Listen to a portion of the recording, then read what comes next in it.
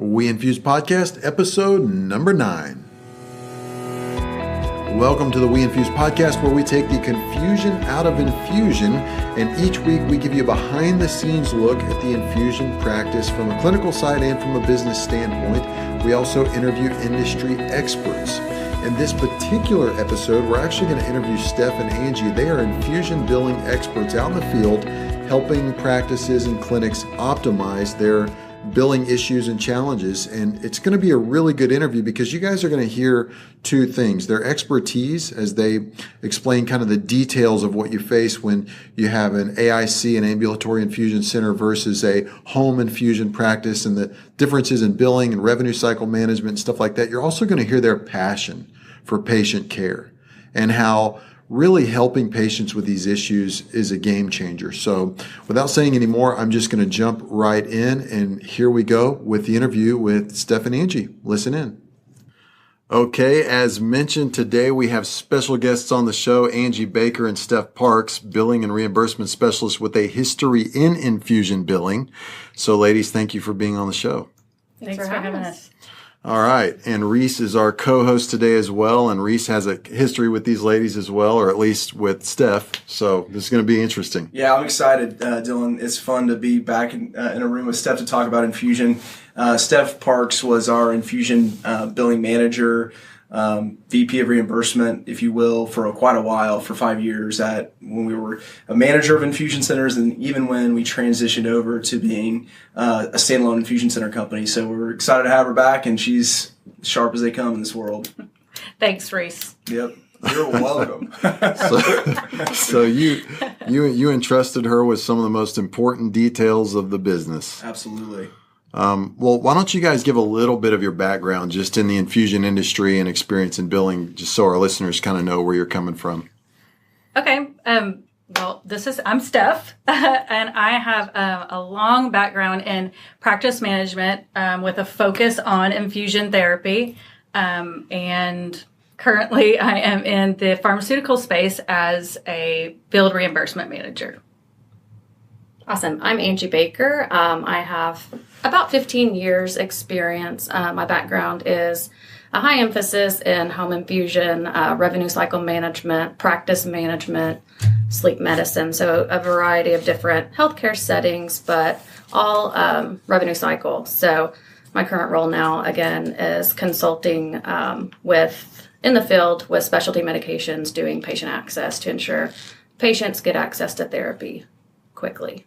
That's awesome. And usually when I'm interviewing somebody, my next question is, what's your main area of expertise? But I think everybody has a pretty good concept that you guys are experts at billing and revenue cycle management. And that's exciting to me because when we talk to practices all over the U.S., this is the number one challenge they face. I mean, yes, everybody wants to take great care of patients, and an infusion suite is a different business model, but the risk or the scary part of it for a lot of providers is the billing and the revenue cycle management aspect. So we're just really glad you guys could take the time to be on the show.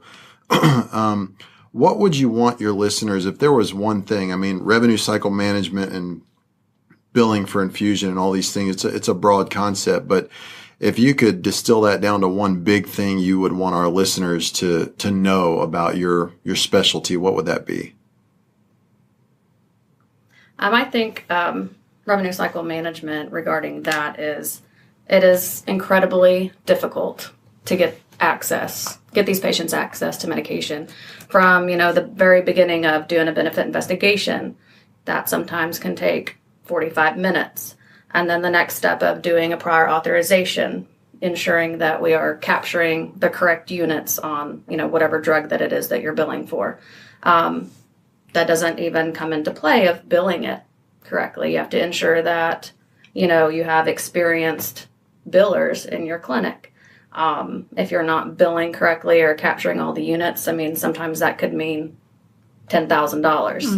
Mm-hmm. If you're billing and collecting it. So just ensuring that, you have certain protocols in place in your office, great experienced people, just to ensure that you are being reimbursed for that. And then again, ultimately, the most important piece of that, or, who is involved in that, is the patient. This is life-saving medications for the most part. But you have to be able to have providers be able to provide that service, and can't do that if you don't have, all of your processes in place. So, and additionally, just to piggyback off of that, as far as the patient access goes, that piece of it, step therapy is something that we see every day, and we are trying to overcome all of these hurdles so that we can get patients medications expeditiously so that these patients can feel better. Some of them are quality of life medications. So, if I could just give one piece of advice to somebody who's going through that sort of thing is, expect those challenges and sort of, find a way to work around them. We definitely have to get creative sometimes in our roles. And to Angie's point too, making sure that those authorizations are clean, so that your infusion billing, if that's the drug that you're billing, is reimbursed appropriately, because that definitely can be a make or break financial situation for, any infusion center. So when you say get creative, are you talking about, getting patients, connected with copay assistance programs, absolutely, meds, for example, something like that? Absolutely. And a lot of the, manufacturers will offer different types of assistance for different payer types. And so just like you mentioned, copay cards or patient assistance, those types of situations, if a patient can't get the medication through a payer, definitely explore those options. That website is very valuable. Needymeds.org is one that we've used, for decades, I feel like. So that definitely, and also, just getting on the phone and trying to sort of just get your point across the payer. A lot of the time, it's somebody else sitting on the other end of that phone, and they don't understand how sick the patient is. They don't understand how badly the patient needs the medication. So, getting the clinicals, getting that information across to the payer, sometimes that can be a huge difference and can mean, the difference between an approval or, denial.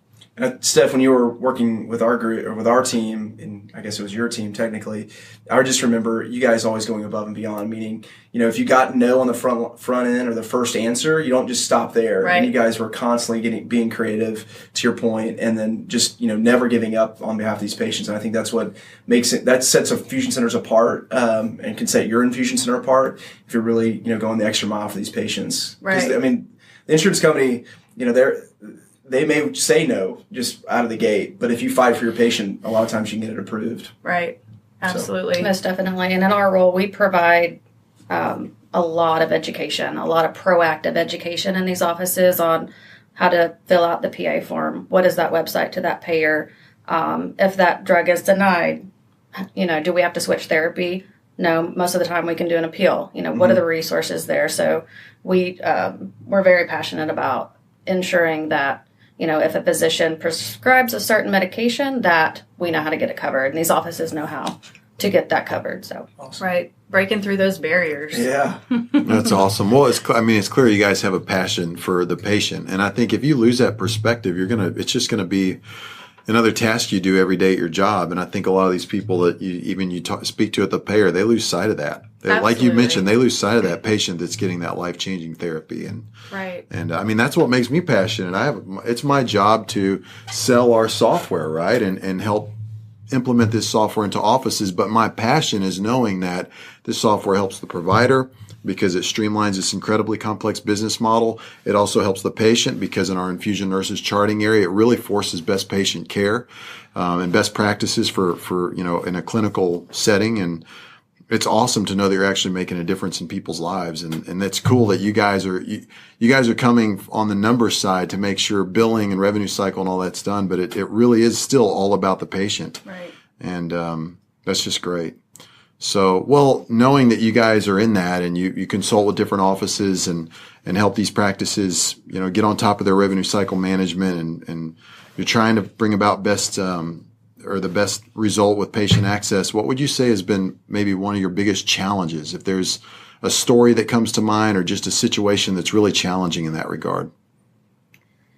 My prior roles, I wouldn't say maybe a challenge, but maybe like a light bulb moment, like you had mentioned earlier, is, whenever you're a provider of service and you're purchasing these drugs that are so incredibly expensive, and you're looking at the way that these different contracts reimburse, and then you're looking at the way, if you have a self-pay patient come in, what would that price be? But, and then just looking at the different ways that the reimbursement landscape has changed within the last 10 years. I think at this time, it is so incredibly important to have some sort of either protocol or processes, or whether it be technology in place that really puts those safeguards that kind of helps ensure that you're not going to lose money whenever you're providing this. So it's that would be something that has been a light bulb moment for me. Yeah. And Angie's right. Just to piggyback off of that too, knowing the payer landscape, knowing, kind of being an expert in that field, knowing if you need to go specialty pharmacy versus buy and bill to, save yourself a little bit of heartache, with on the reimbursement side, and, making sure that you have those processes in place so that, exactly what the protocol is going to be. And I do know, history with, Innovative.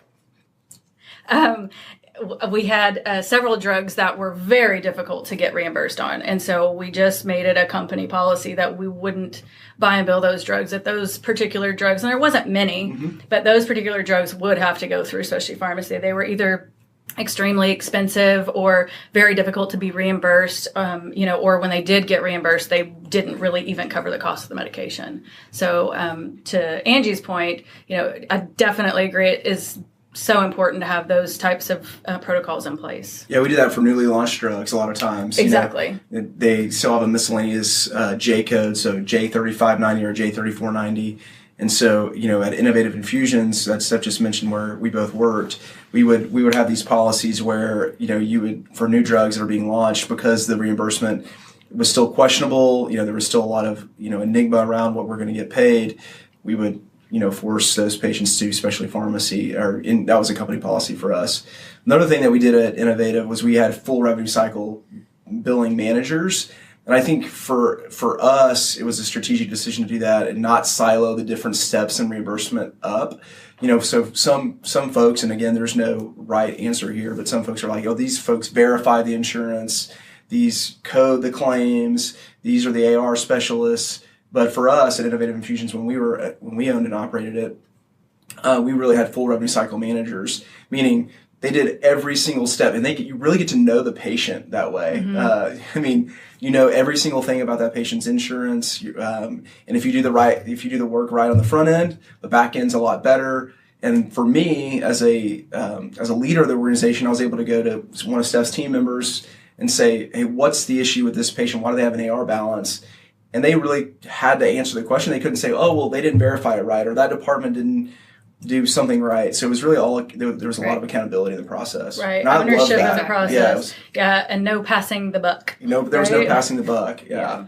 Because it is a very complicated process. Now, again, there's a lot of reasons why you can argue the other way. Like you can develop specialists and departmentalize everything. But we found that it was best to do full revenue cycle management. Right. And additionally, our billers, then our billing account managers, as we called them, they were also able to develop that relationship with the patient. So, it wasn't just, it's another Remicade or it's another, IVIG. It was that patient and their therapy. So it became really personal. If there was a denial, and I can remember a specific patient even that was on an IVIG treatment and then exhausted, capped his benefits.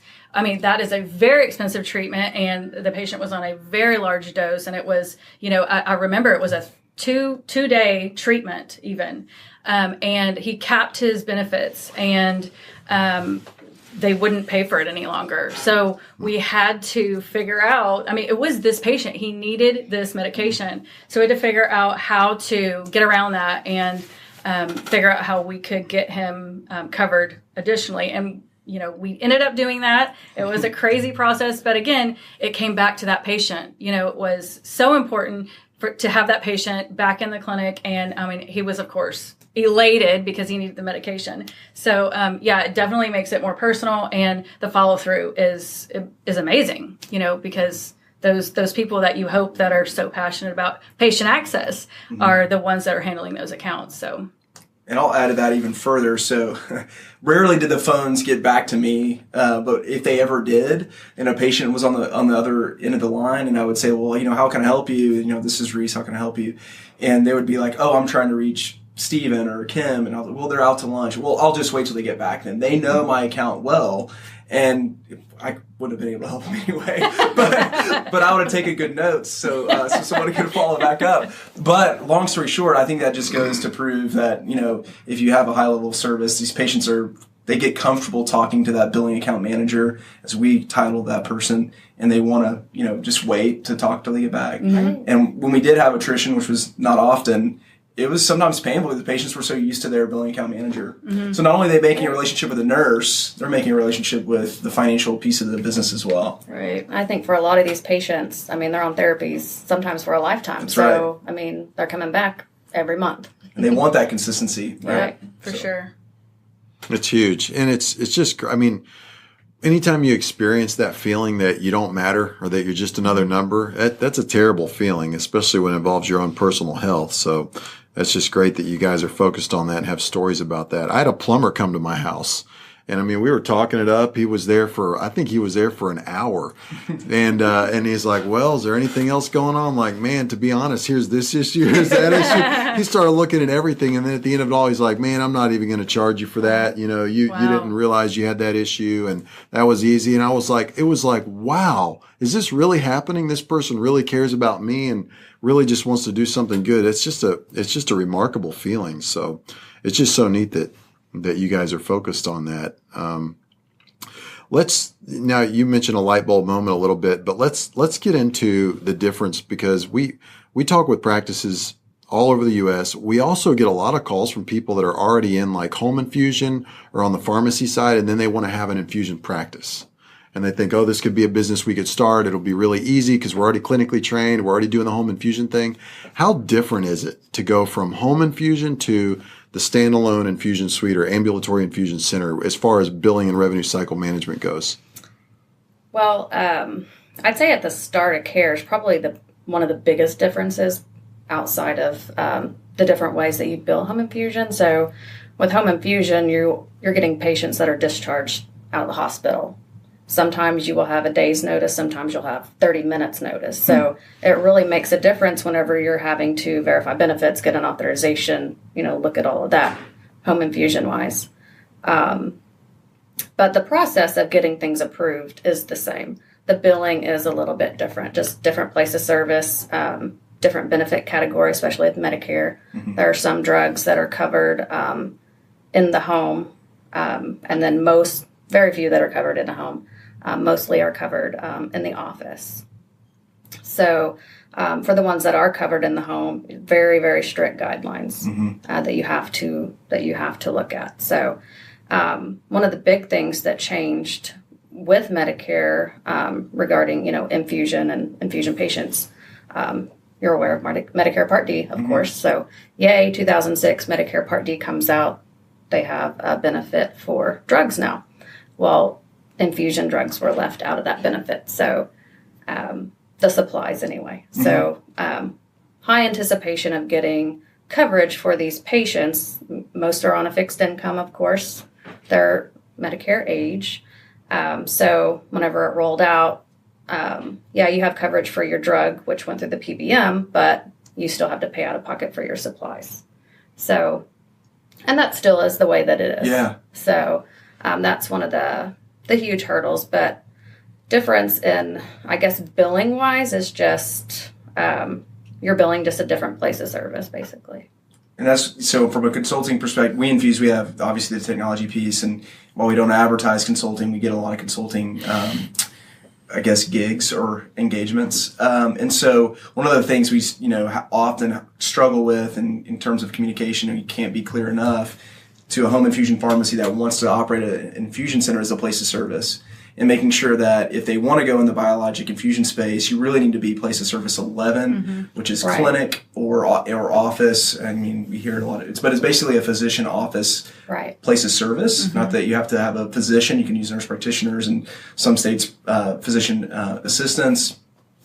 But again, we always end up having to beat that drum quite a bit. Hey, making sure that you're not billing as a infusion suite to a home infusion pharmacy. You're truly a separate place of service, a separate tax ID. In many instances. So different contract type as well. And I think one of the big differences, of course, with home infusion and being infused in the office is just it's a different set of drugs. There's so many drugs that can be infused in the home. That and just the convenience of it in your home as well. And then there are drugs that can't be infused in the home that have to be infused in the office. So, Yep.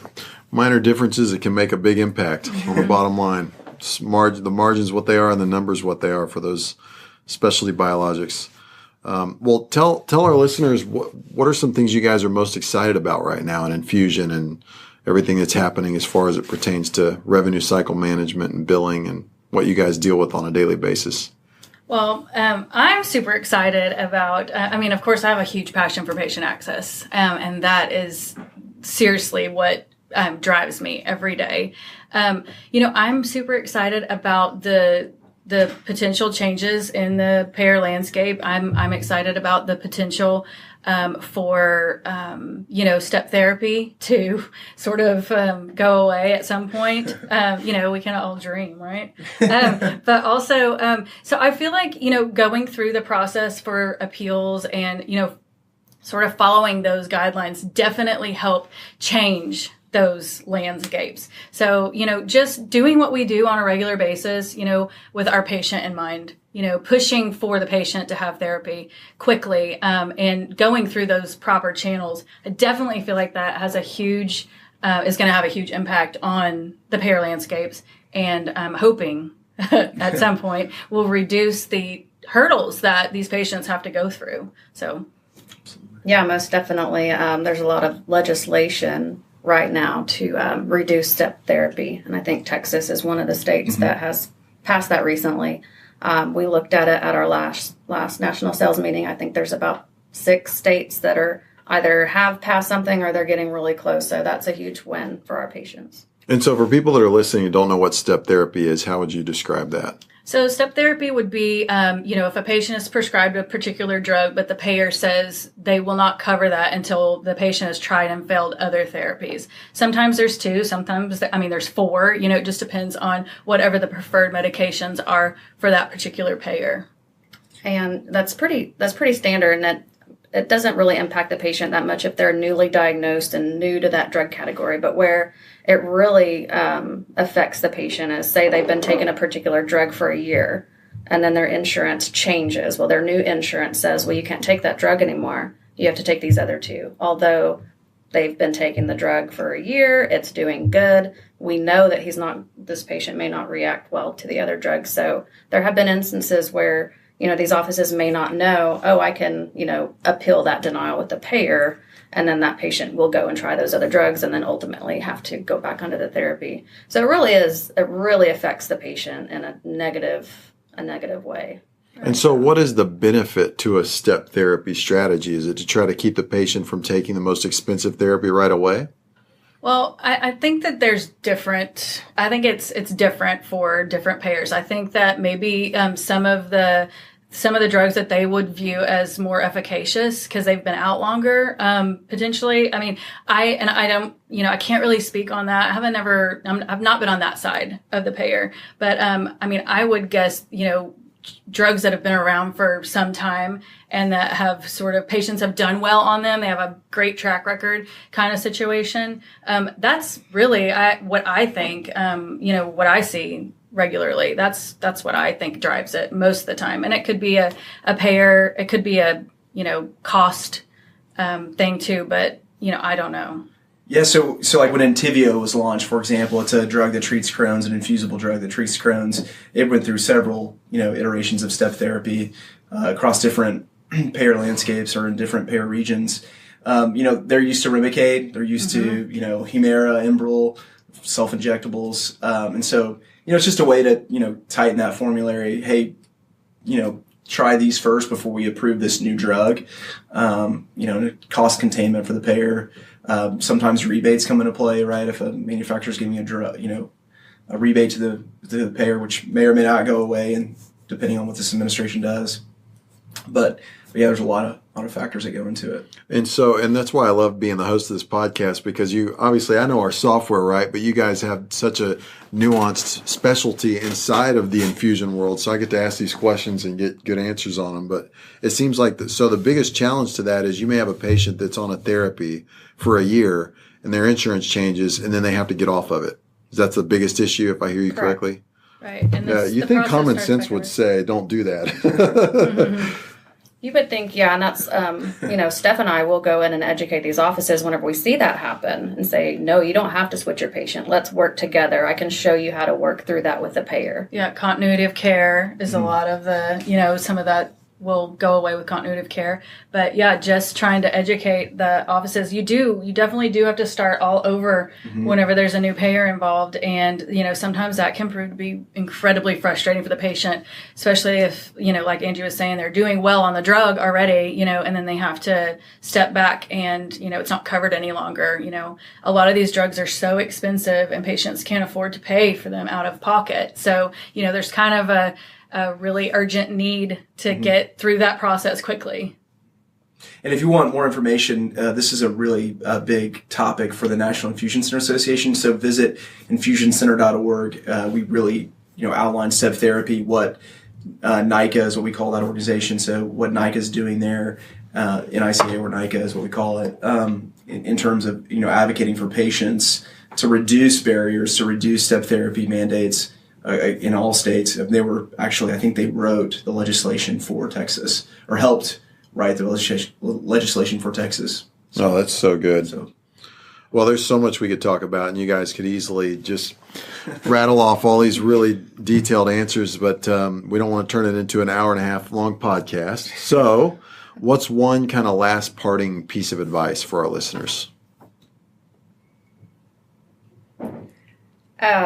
Just continue to advocate for your patients. I would say take any opportunity that there is to, go the extra mile, do the extra education that, you may have to do, spend the extra time in that aspect. So I'm totally right there with Angie. Again, we have a huge passion for patient access. So definitely push through those barriers and follow the process so that, patients can get on medication. And hopefully we can get legislation changed so that we don't have to jump through as many hurdles. That's so good.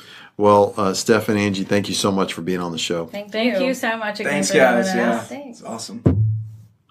All right, that sums up our interview with Stef and Angie. We hope you got a lot out of that. And if this has been helpful to you, definitely like and share if you see this on LinkedIn or on our Facebook page. If you could take the time to rate and review on iTunes, that would be great. We love seeing those reviews, and that helps us to get the word out. And then also, if you haven't done so yet, definitely check out our blog.